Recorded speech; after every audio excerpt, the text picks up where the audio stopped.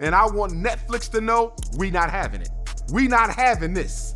We are not gonna stand by and let white folks manipulate our comedians into making an ass out of themselves on TV for money so they can make it look like black people don't mind being treated like porch monkeys. Just everything we know, that they're racist, that they're bigots, that they're sexist, you know, that they think they're like invincible, that they've been canceled for being like, you know, Shane got fired from SNL, but then was on SNL. What's going on, y'all? I'm excited to announce that we are now launching the support for the Prison Fellowship Angel Tree Summer Camp, where we send young people to camp where they can experience community, where they can find the Lord, all of the above. I want you to remember back when you were a child and you went to summer camp and how much it changed your life. And this is for young people whose parents are incarcerated. We helped a tremendous way last year. I'm talking thousands of kids have gone over the last several years just because of this channel. I'm gonna give you a couple points here.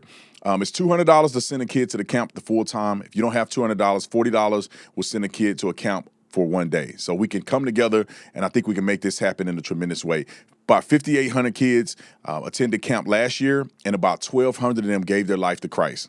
So this is absolutely a tremendous opportunity to save lives, introduce them to Christ, and give these young people the opportunity that they deserve, that they otherwise wouldn't be able to have if it wasn't for people like you. So all you got to do is go to angeltree.org/Tatum, angeltree.org/Tatum, and let's give as God has purposed in our heart for this wonderful cause. Kevin Hart's roast. Now, I watched it. Some of y'all may not be interested in Kevin Hart. I think Kevin Hart is one of the funniest, most prolific professional comedians. When I say professional, meaning he know how to do his paperwork. He's in movies and all kind of other stuff. But he had a roast, like a Tom Brady roast, and it was good. I thought it was pretty good. A lot of people came up. They were good comedians. They said a lot of impressive things. They said a lot of funny things. Pete Davidson was a nut. He made fun of Charlie Kirk. And it's not really the joke about Charlie Kirk, is that the joke did not land. If you're going to say something like that crazy about Charlie Kirk, you need to make sure the joke land. It did not land. It was a bad joke. The end. Should he get canceled for it? No. It's jokes. It's comedy. Say whatever you want to say. And people have a right to criticize your jokes.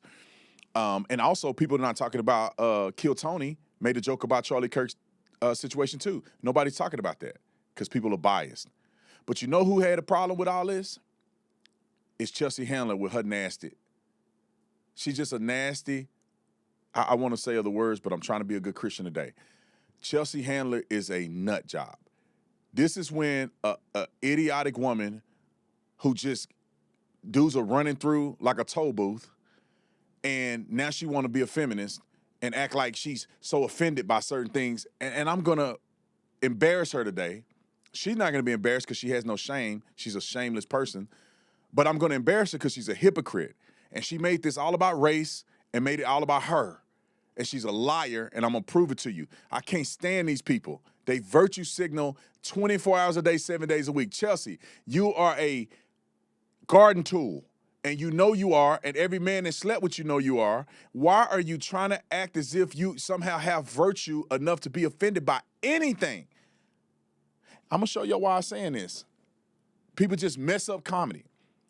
All right, play Chelsea Handler's nagging podcast that she's on, and then we're going to roll it from there. Roll it. I knew enough about like Tony Hinchcliffe and Shane and their backgrounds. I had ex-girlfriends blowing up my DMs that had dated Shane and were telling me stuff about him.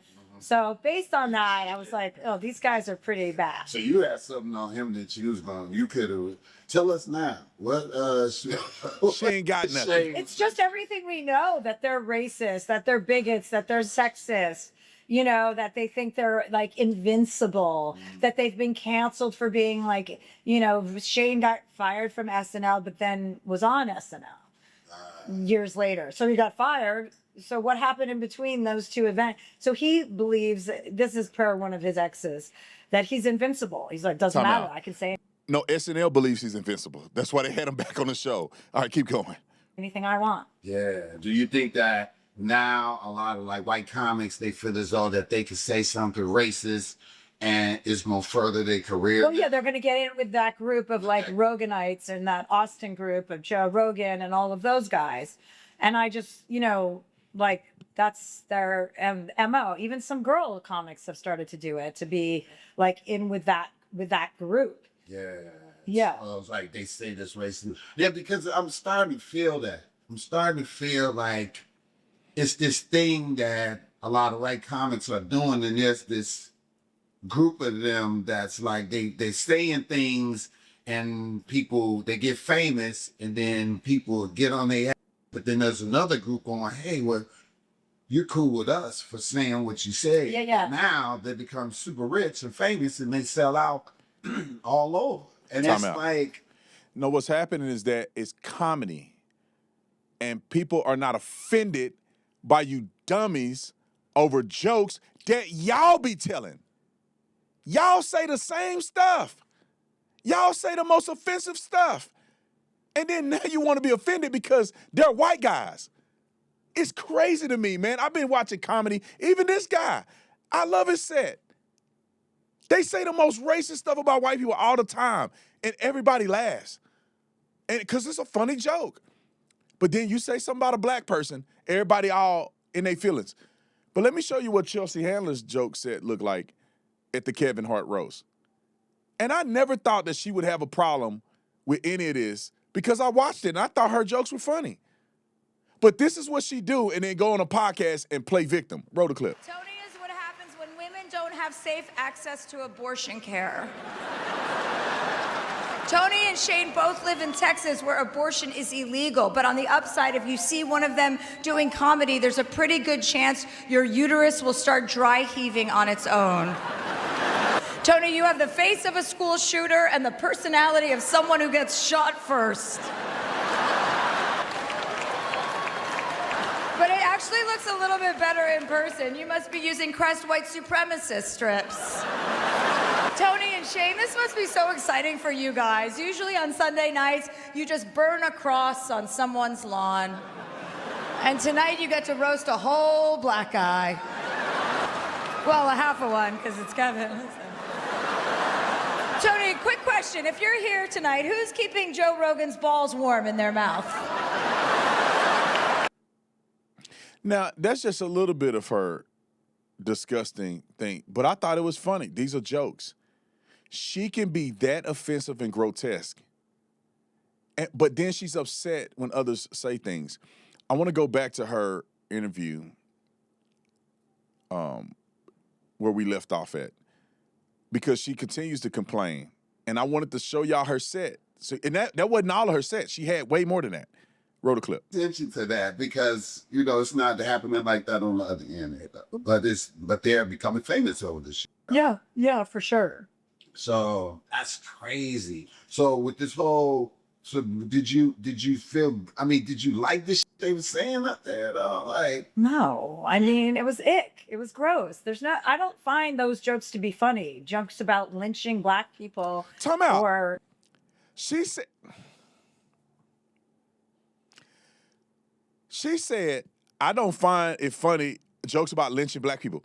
She literally said that Shane Gillis and them burn crosses in the front yard and they're going to roast a black man on the cross. They're going to burn him alive. That's not lynching. That's burning somebody at a cross. And she was okay joking about that, about these two white guys, about Kevin Hart, who's a black man. And she's on this podcast saying she's offended by lynching jokes. What are you saying, you hamburger heifer? Keep rolling. like, lynching is not a joke. That's worse than rape. Like, you're not joking about rape, are you? Are you saying, I'm going to go rape you? You know you can't do that, but you can say lynching? Like, I find that to be, I don't know, people are like, it's a roast, you go for it. I'm like, you can go for it without being gross. Yeah. Like, I find that to be gross. I found them making fun of Cheryl Underwood's, like, dead husband who committed suicide. Like, a skin color. she's fine with that. If she says she's fine with that, she's fine with that. I wasn't fine with that. I thought that was disgusting too. Wow. But there was so much disgustingness that I knew it was going to be such a, like, gross vibe that I would be able to elevate it, no problem. Yeah. And that's what I went to do. I was like, all right, well, I'll pick it up because they're going to try and bring it down. Yeah. And Kevin didn't deserve that. He deserved, like, an elevated roast. So let me ask you this. When you see other black people laughing at that, does it make you go, all right, whatever? Or do you think to yourself, what the fuck are they laughing at that for? I mean, I'm not here to tell black people what's funny I know. about black jokes. Like, no, I'm not here in the world to do that. Like, I know enough to just, that's my opinion. I don't like that. I also don't like the N-word, but I have plenty of black friends who toss that around all the time. It's not my place to say, oh, that word makes me feel uncomfortable. Right. You know, black people are allowed to do whatever they want. If Kevin thinks that's funny, he thinks that's funny. I don't think it's funny. Y'all, she told even crazier jokes. She literally said that Kevin Hart is 50 Cent's you know what walking around. She said that man is another man's penis walking around. She said some of the most grotesque and crazy things on that set is crazy. And you hear her saying that. It's insane to me. Now, her complaints of Tony Hinchcliffe and Shane Gillis, I'm going to play a couple of their jokes. And you tell me, was it offensive? And who's laughing at this? Roll the clip. You've done good, though, Kevin. The black community is so proud of you. Right now, George Floyd is looking up at us all, laughing so hard that he can't breathe. Shane Gillis. Cheryl Underwood is here. Give it up for Cheryl. Cheryl's husband killed himself. Apparently, black does crack if it's married to Cheryl and jumps off a fucking roof. Cheryl. Regina Hall is here. I think her husband's doing well, so we're just going to move on from that. Draymond Green is here. Give it up for Draymond. He plays for the Golden State Warriors. The Golden State Warriors logo is a bridge. Don't show that to Cheryl's husband. Seriously, keep that bridge away from Cheryl's husband. Cheryl was in the Air Force, but she couldn't fly. And neither could her husband. Now, let me put this in perspective for you guys. If you watch the roast, people were going over the fact that other people are writing these jokes and they're reading them. So not every comedian wrote every joke that's on a teleprompter. Some of them were written by other people, like Draymond's jokes were written by somebody else. Other people were written by somebody and they read it through. Let me play Cheryl Underwood's interview with Shane Gillis. And to me, this just encapsulates that Chelsea Handler's a nut job. Listen what Cheryl Underwood said about the whole thing. Roll it. Every man I've been with, I'm still friends with. You know, I'm like, cool, if they're alive. But you know, I'm still friends. I left those jokes there. Yeah. Can I tell you done. something? Can I tell you honestly, and that's what I've been doing in the interviews, is telling people, listen, if they had not come with respect and said these are the topics, but I didn't know what was going to be said. And I did not know that Tony was going to do the George Floyd joke. Yeah. But when he did it, like I was over there like scribbling on paper and asking God, send me the response. Send me the response like the response to you. Send me the response, but I don't want to be mean-spirited. But with Tony and the George Floyd joke, my only feeling is if you don't have the right response that blows up the room even further, you've set back the cause.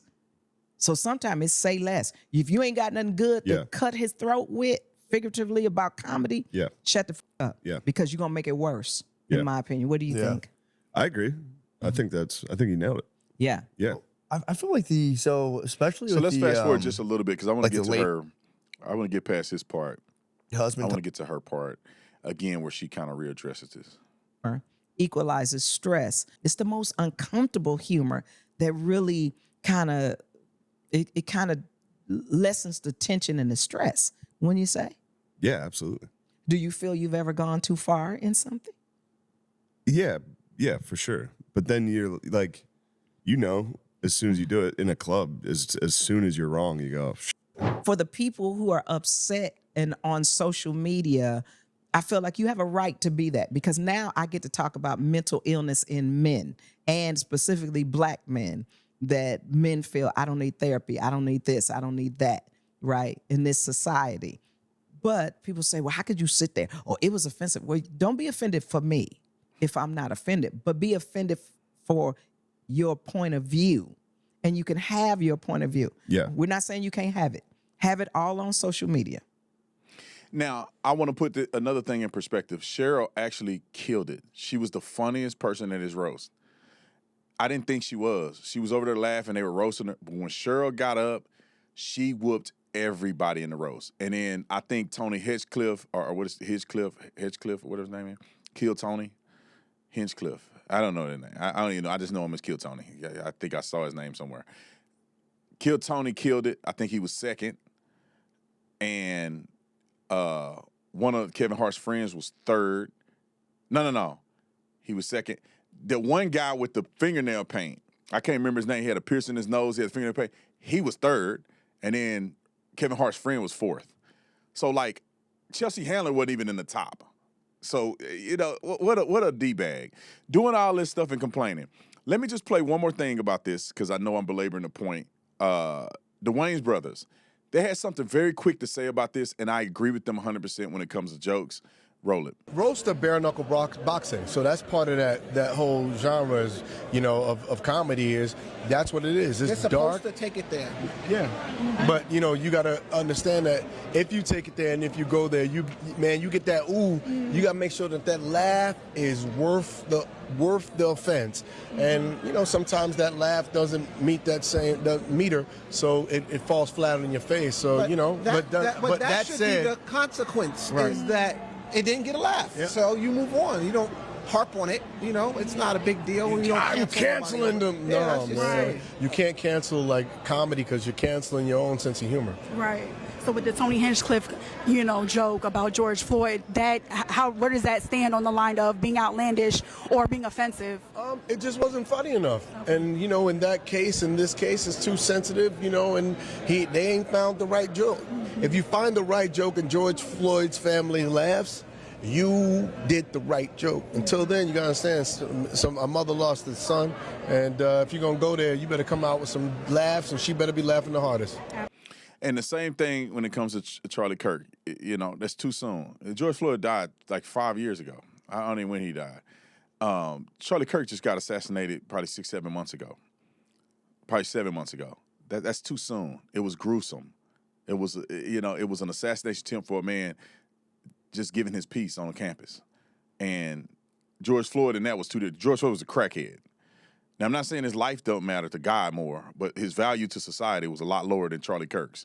And so him dying was, if it wasn't a white man on his back when he died, y'all wouldn't even cared. Put that on something. Yeah, they wouldn't even care. Men be getting killed every day in the hood, but they don't even care. But it's because they can make a racial tension about it. They didn't say nothing when George Floyd was robbing people. They said nothing when he was going in and out of prison. They said nothing at the fact that he didn't appear to be there for his children. But when the white cop is involved, let's care about George Floyd, make him a statue. All right.